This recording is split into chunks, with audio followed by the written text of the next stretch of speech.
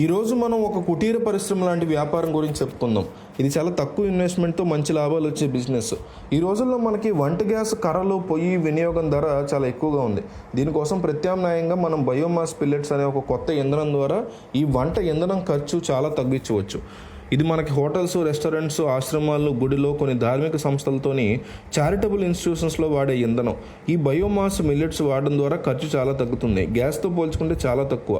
ఈ biomass millets మనకి waste material, అలాగే మొక్కజొన్న కండలు, వేరుశనగ తొక్కలు, రంపం పొట్టు, ఇలా మనం ఊరికే చెత్తలా పడేసే వాటితో ఇంధనం తయారు చేసేదాన్ని బయోమాస్ పిల్లెట్స్ అని పిలుస్తాం.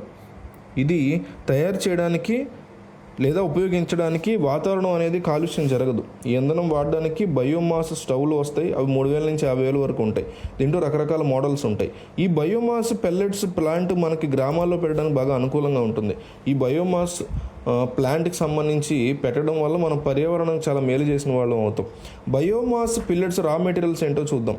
దీనికి తయారీకి ఎక్కువగా మనకి వ్యవసాయ వ్యర్థ పదార్థాలు ఉపయోగపడతాయి. అవేంటంటే పత్తి పండిన తర్వాత మూడులు ఉంటాయి కదా, వాటి కింద కందికట్టలు, వేరుశనగ తొక్కలు, రంపపు పొట్టు, మొక్కజొన్న కండలు మరియు ప్యాకింగ్ సంచులు ఇవన్నీ కావాల్సి ఉంటాయి.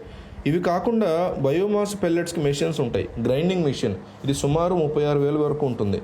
బయోమాస్ పెల్లెట్స్కి మేకింగ్ మెషిన్ అని ఉంటుంది. దీని ధర స్టార్టింగ్ 80,000 వరకు ఉంటుంది. ఈ మెషిన్ ద్వారా మనం ఒక గంటకి 150 కేజీల పెల్లెట్లు తయారు చేయవచ్చు.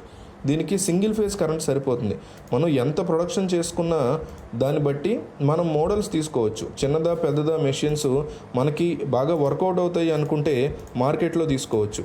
దీంట్లో రకరకాల సైజులు కూడా ఉంటాయి. ఆ సైజులకు అనుగుణంగా తీసుకుంటే indiamart.com, ట్రేడ్ ఇండియాలో దొరుకుతున్నాయి. మ్యానుఫ్యాక్చరింగ్ ఆఫ్ పిల్లెట్స్ ఎట్లా ఉంటుందో చూద్దాం. ముందుగా మనం అనుకునే ఈ వ్యవసాయ అర్ధ పదార్థాలకు మొక్కజొన్న కండలు, రంపపు పొట్టు, వేరుశనగ తొక్కలు ఇలాంటివన్నీ కూడా గ్రైండింగ్ మెషిన్లో వేయాలి.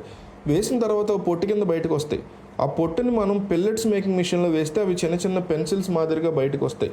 మనం 50 కేజీలు లేదా 70 కేజీల సంచుల్లో జాగ్రత్తగా ప్లాన్ చేసుకోవాలి. అలా ప్యాకింగ్ చేసుకున్న తర్వాత ఈ యొక్క స్మాల్ స్కేల్ ఇండస్ట్రీని కలిపి స్టార్ట్ చేయడానికి మనకి లేబర్ కంపల్సరీ కావాల్సి ఉంటారు. అన్నీ కలిపి మనకు 150,000 వరకు ఖర్చు అవుతుంది. సో మనం చూసాం కదా, కేజీ పెల్లెట్స్ ధర 18 రూపాయల వరకు ఉంటుంది.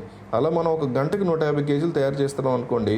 సో అలా రోజుకి 500 కేజీలు చేయగలిగితే 500 × 18 రూపాయలు అంటే 9,000 రూపాయలు రోజుకి మిగులుతాయి.